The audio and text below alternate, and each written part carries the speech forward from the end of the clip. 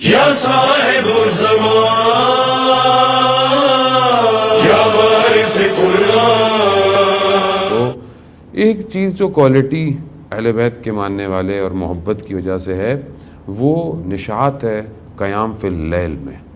یہ جو خوبی ہے یہ واقعاً ہمارے لیے بہت ضروری ہے۔ میں سمجھتا ہوں جس دور میں ہم زندہ ہیں اس دور میں مشکلات اتنی زیادہ ہیں، فتنے اتنے زیادہ ہیں اور شیطان کی حربے اتنے سٹرونگ ہیں کہ اگر یہ رات کو کھڑے ہونا یعنی قیام فی اللیل یعنی رات کو کھڑا ہونا یعنی کس کے آگے کھڑا ہونا؟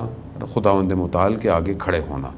اب یہ جو رات کا یعنی تہجد نماز شب پڑھنا یہ اتنی امپورٹنٹ ہے کہ یہ آپ کے سارے معاملات کو حل کر دیتی ہے۔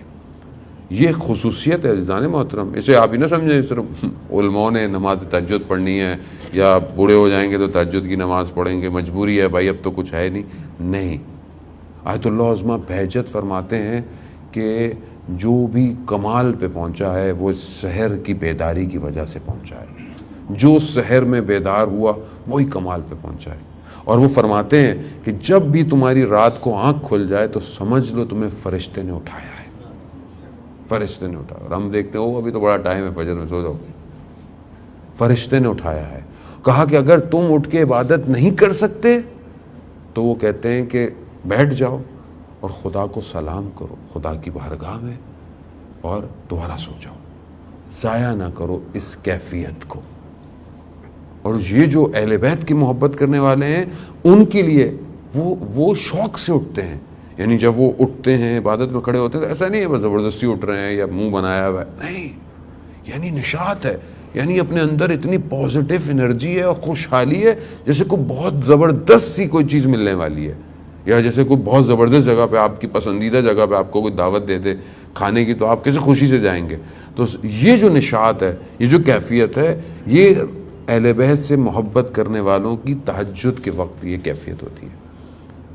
آیت اللہ سید قاضی طباطبائی رضوان اللہ تعالیٰ علیہ کے جو آیت اللہ بہجت کے استاد تھے وہ خود فرماتے ہیں کہ وہ رات کو ان کا بیٹا ان کی بایوگرافی میں لکھتا ہے کہ تہجد کے وقت جب رات کا وقت ہوتا تھا تو 1 گھنٹہ پہلے گھر سے نکل جاتے تھے، اور کہا میں ایک دن ان کے پیچھے گیا کہ یہ جاتے کہاں ہیں تو دیکھا نجف سے باہر نخلستان میں جا کر عبادت کرتے تھے۔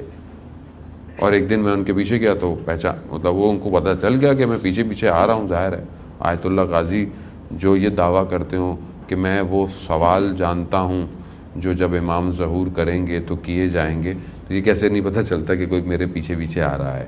تو وہ انہوں نے بیٹے کو بھی کہا کہ بیٹے کو عبادت کرو۔ وہ خود فرماتے ہیں کہ جب میں تہجد میں کھڑا ہوتا تھا یعنی عبادت میں تو میں اپنے اطراف سے اپنے آس پاس سے ڈسکنیکٹ ہو جاتا تھا، منقطع ہو جاتا تھا، اور جو زمین آسمان میں ذکر ہو رہا ہوتا تھا مجھے اس کی صدائیں آتی تھیں، جو قرآن کہہ رہا ہے یسبح للہ ما فی السماوات و ما فی الارض، یعنی دنیا اور زمین کیا کر رہی ہے؟ تسبیح کر رہی ہے۔ یہ تسبیح کی آواز ان کو آتی تھی۔ عزیزان محترم بہرحال ہمارے پاس تو یہ قریب میں جب ہم کسی آئمہ کی بات کرتے ہیں تو ظاہر ہے وہ تو ہم مولا جیسے تو ہو نہیں سکتے، بڑے آرام سے ہم سائڈ پہ ہو جاتے ہیں۔ پھر ہم کہتے ہیں کہ بھائی مولا جیسے نہیں ہو سکتے تو ان کے اصحاب جیسے تو وہ بھی نہیں ہو پاتے کیونکہ وہ زمانہ کوئی اور تھا، آج کا زمانہ بڑا ماڈرن ہے۔ تو پھر اب ہمارے پاس جو سب سے زیادہ آپشن نیئرسٹ ہے وہ یہ علماء ہیں جو 100 سال کے اندر آئے، کہ بہرحال انہوں نے اسی دور کے اندر زندگی گزاری۔